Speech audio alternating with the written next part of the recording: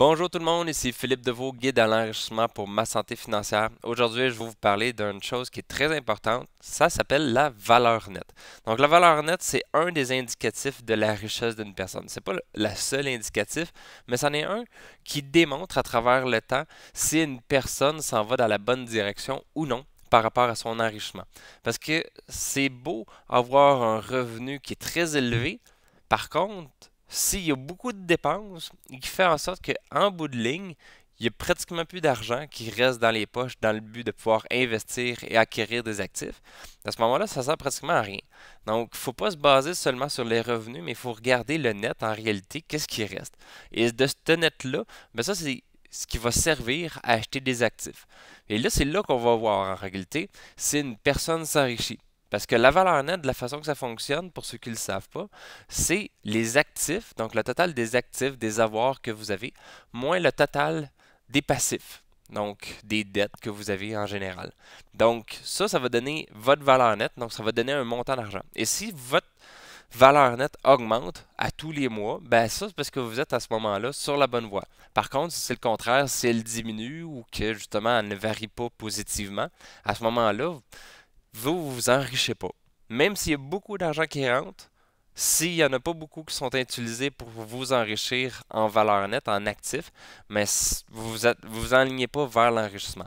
Donc ça, c'est une notion qui est très importante, qui est souvent trop oubliée. C'est pas l'argent qui rentre qui est important, c'est en réalité ce qui reste, et de ce qui reste, comment qu'il est converti en actifs qui va pouvoir générer davantage de profit et de liquidité.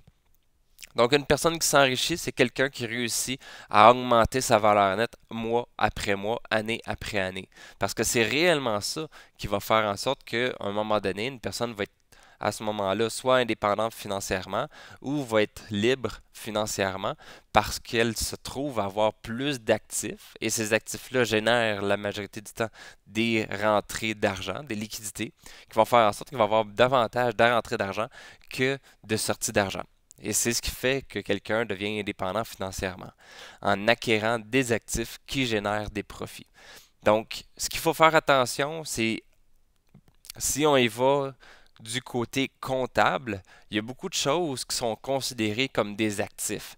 Par contre, ce sont souvent des actifs qui apportent des dépenses ou des actifs qui vont se déprécier avec le temps.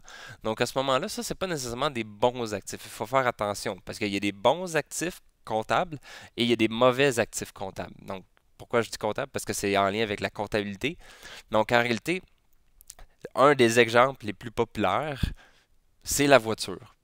La voiture, si on regarde côté comptabilité, c'est un actif. Par contre, cet actif-là va faire en sorte d'apporter beaucoup de dépenses. Et ces dépenses-là vont vous appauvrir. Donc, même si c'est considéré un actif de l'aspect comptable, dans l'aspect d'enrichissement, c'est pas nécessairement un actif valable. Donc, de ce point de vue-là, il faut s'assurer de trouver des actifs qui, plutôt que de vous apporter des dépenses, vont vous apporter des revenus ou, si ce n'est pas des revenus, une appréciation ou une augmentation de sa valeur. Donc ça, c'est vraiment important. Donc pour la valeur nette, si vous voulez vraiment vous enrichir, c'est ça que vous allez devoir regarder et faire le calcul. Moi, personnellement, je le fais à tous les mois et c'est une façon de faire pour pouvoir déterminer si je m'enrichis, si je suis dans la bonne direction. Donc, faire le calcul de tous vos actifs, donc des vrais actifs d'enrichissement et non pas juste des actifs comptables, moins les passifs, moins toutes les dettes. Et ça, c'est là que vous allez pouvoir voir si vous vous enrichissez.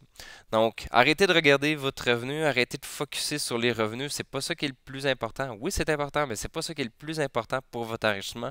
Ce qui est le plus important, c'est d'augmenter votre valeur nette. Donc, si vous avez des questions par rapport à ça, si vous aimeriez que je parle d'un sujet particulier dans mes prochaines capsules, n'hésitez pas, contactez-moi, ça va me faire plaisir de répondre à ces questions-là ou de faire d'autres capsules. Et aussi, si vous voulez avoir accès aux autres capsules, allez sur masantéfinancière.com ou en réalité sur Ma Santé Financière sur YouTube ou sur Facebook pour pouvoir voir les autres capsules. Donc, c'était Philippe, guide d'enrichissement pour Ma Santé Financière. Bonne journée!